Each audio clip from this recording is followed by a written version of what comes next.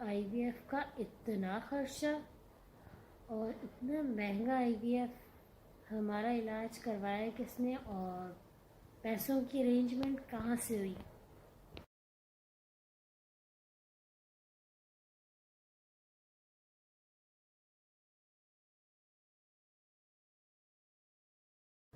अस्सलाम वालेकुम my YouTube family, क्या हाल चाल है? उम्मीद करती हूँ आप लोग सब ठीक ठाक खैर खैरियत से होंगे। मैं भी अल्हम्दुलिल्लाह बिल्कुल ठीक ठाक आप लोगों की दुआओं के साथ। सबसे पहले मैं अपने चैनल पे जो मेरे मतलब न्यू फ्रेंड्स हैं उन सबसे यही कहना चाहूँगी कि मेरे चैनल को लाइक शेयर सब्सक्राइब लाजमी करें और मुझे जितना हो सकता है उतनी सपोर्ट करें, क्योंकि मेरी आने वाली वीडियोस आप लोगों के लिए बहुत ज़्यादा इंफॉर्मेटिव होने वाली हैं। और जिस टॉपिक पे मैं आजकल बात कर रही हूँ ये अभी आपके लिए बहुत ज़्यादा इंफॉर्मेटिव हो जाएगा। खैर चलते हैं अपने टॉपिक की तरफ।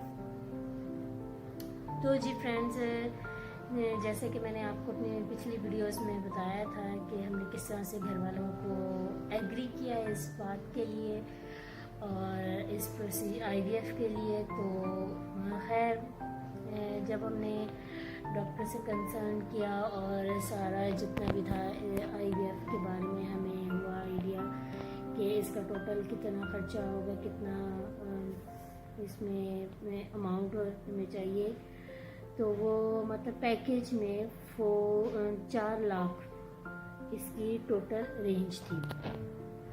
अब 4 लाख फैमिली में जब हमने बताया कि मेरे हस्बैंड ने कि जी 4 लाख इसकी टोटल कॉस्ट है, तो जी आपको वो कहते हैं ना कभी कभी होता है कि हमें हमारी जो ख्वाहिश होती है ना उसके हिसाब से हमें पैसे बहुत कम लग रहे होते हैं, बट वो कहते हैं ना जिन्हें ख्वाहिश ना हो उनके लिए ये पैसा फिर बहुत बड़ी चीज़ हो जाती है। तो ये वो वक्त था कि जिस वक्त मैंने रिश्तों को पहचाना और जिस वक्त मैंने पहचाना कि हाँ जी कौन अपना है और कौन पराया है। क्योंकि वो कहते हैं ना मुंह से कह देना कि भाई हम आपके हैं, हम आपके सगे रिश्ते हैं, हम आपकी बहुत केयर करते हैं, या वो कहते हैं ना आप जितना भी लोगों की खिदमत कर लो या कुछ भी, तो वो सब कुछ भी नहीं रहता। किसी को कुछ याद नहीं होता कि आपने उनके लिए क्या कुर्बानियाँ दी हैं, क्या उनके लिए आप लोगों ने किया है। बट वो कहते हैं ना जब पैसे की बात आती है ना तो बड़े से बड़ा रिश्ता भी मतलब इस तरह हो जाता है जैसे कि वो पहचानता नहीं है। ऐसा नहीं है कि लोग जिन जिन को मैंने या मेरे हस्बैंड ने अब हमारे ट्रीटमेंट के लिए जिन जिन से हम लोगों ने कांटेक्ट किया या जिन जिन से हमने उम्मीद लगाई, ऐसा नहीं था कि उनके पास थे, नहीं थे, सबके पास थे।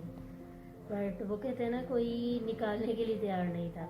वो हर सगा रिश्ता और हर मतलब हर उस इंसान ने भी हमें दिखाया अपने रंग, जो कि शायद बहुत दावे वगैरह करते हैं कि भाई हम तुम्हारी औलाद की वजह से बड़े परेशान हैं, हम चाहते हैं कि तुम लोग औलाद वाले हो, हमें बहुत बुरा लगता है तुम लोग को इस तरह बे औलाद देख के या कुछ। वो कहते हैं ना बहुत बड़े बड़े डायलॉग्स जिन्होंने बोले होते हैं ना, मिनट में उनकी असलियत आ जाती है सामने, क्योंकि पैसा चीज़ ही ऐसी है।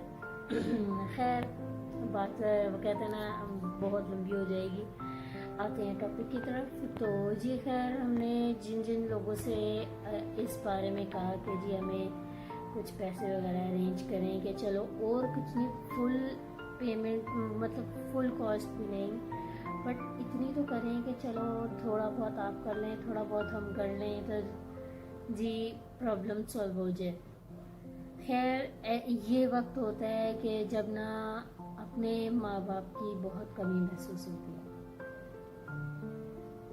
ये वो वक्त था कि जब हमने लोगों से उम्मीदें बांधी और लोगों ने हमारी उम्मीदें बहुत वो कहते हैं ना पूरे तरीके से तोड़ी। और उस वक्त ऐसे वक्त में मुझे पर्सनली अपने पेरेंट्स बहुत ज़्यादा हैं।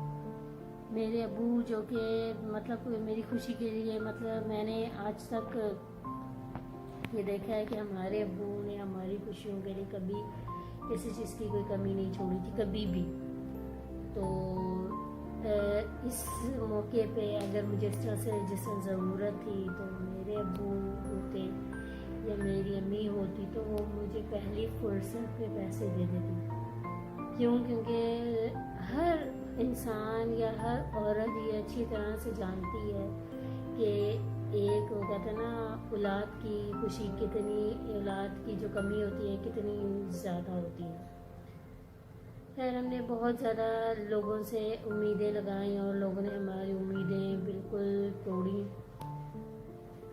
बहुत कोशिश की हमने, फिर हमें किसी ने सजेशन दी कि आप बैंक में गोल्ड रखवा कर वहाँ से लोन ले लो, तो फिर ये है कि आप लोग रिटर्न कर दीजिएगा तो फिर आपको ये लोन जो गोल्ड होता है वो आपको रिटर्न हो जाएगा। खैर, हमने फिर बैंक के थ्रू भी बहुत सी मालूमात वगैरह इकट्ठी करना शुरू की। फिर ये एक और नया स्टेप था जो कि हमारे लिए बहुत ज़्यादा वो कहते हैं ना इम्तिहान दे था। तो हमने जगह जगह अलग अलग बैंक की पॉलिसीज़ वगैरह को फॉलो किया और बहुत कुछ देखा कि चलो जी यार, क्योंकि गोल्ड एक ऐसी चीज़ होती है ना जो रोज़ रोज़ बनता नहीं है, एक बार चला जाए तो और फिर जो सही बात है ना, जो गोल्ड था वो मेरे अब्बू की जो थी ना निशानी थी मेरे पास आखिरी। तो मैं नहीं चाहती थी कि जो मेरे अब्बू ने मुझे चूड़ियाँ दी थी गोल्ड की तो वो मैं सेल करूँ या मुझसे चाहे। मेरा बस यही किसी भी तरह कोशिश थी, ख्वाहिश थी कि मैं इनको जितना हो सके बचा लूँ। पर वो कहते हैं जो चीज़ आपके नसीब में नहीं होती वो फिर हम उसके लिए जितना भी लड़ लें कुछ नहीं होता। खैर, हमने काफ़ी बैंक्स वगैरह से हमने इन्फॉर्मेशन इकट्ठी की और बैंक में हमने सोचा कि चलो जी गोल्ड रखवा कर हम लोग पैसे ले लेते हैं, अपना प्रोसीजर करवा लेंगे, अपना ट्रीटमेंट करवा लेंगे, उसके बाद हम बैंक का लोन उतार कर फिर अपना जो जेवर होगा वो वापस ले लेंगे। खैर, जब हमने सारी बैंक की इंफॉर्मेशन इकट्ठी की तो जी हमें पता चला कि बैंक में जितनी हमारी अमाउंट है हम लेंगे उसका हमें डबल देना पड़ेगा और जो वो टाइम दे रहे थे हमें वो भी कम था। तो फिर हमें ये भी था, हमने कहा हम बजाय ये जो था लोन ये उतारें, इसका डबल उतारें, कैसे उतारेंगे। फिर खैर बहुत हाथ पाँव मारने के बाद एंड यही था कि हमें अपना गोल्ड बेचना पड़ा।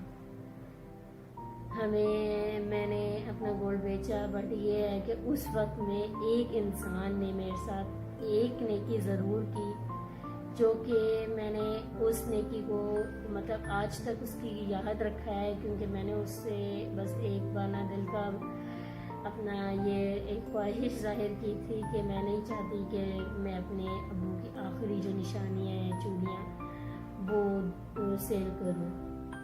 तो उस बंदे का मैं नाम नहीं लूँगी क्योंकि वो अलाउ नहीं है और मैं नहीं ले सकती किसी का भी इस तरह से वीडियो में नाम या कुछ।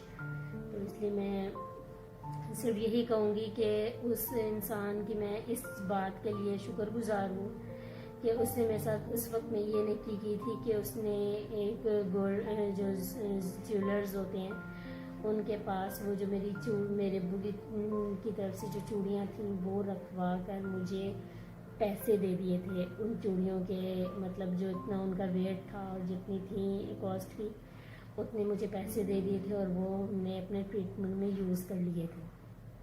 तो सिंपल एज दैट कि जो हमने ट्रीटमेंट फिर स्टार्ट किया वो मैंने अपना गोल्ड बेच कर किया। किसी फैमिली मेम्बर ने नहीं हेल्प की, किसी ने मतलब अगर ना मेरे हस्बैंड की किसी रिलेटिव फैमिली मेम्बर्स ने हेल्प की और ना ही किसी ने मेरे फैमिली मेम्बर्स ने हेल्प की। और जबकि ऐसा नहीं था कि इनमें से किसी के पास थे सबके पास, बट वो कहते हैं ना किसी ने हौसला ही नहीं किया निकालने का। हाँ, तो जी इस तरह हुए थे हमारे जो पैसे थे ट्रीटमेंट के लिए अरेंज। तो फिर हमने ये था कि अरेंज करने के बाद हम गए डॉक्टर के पास, और डॉक्टर के पास जाने के बाद क्या हुआ देखिएगा मेरी नेक्स्ट वीडियो में।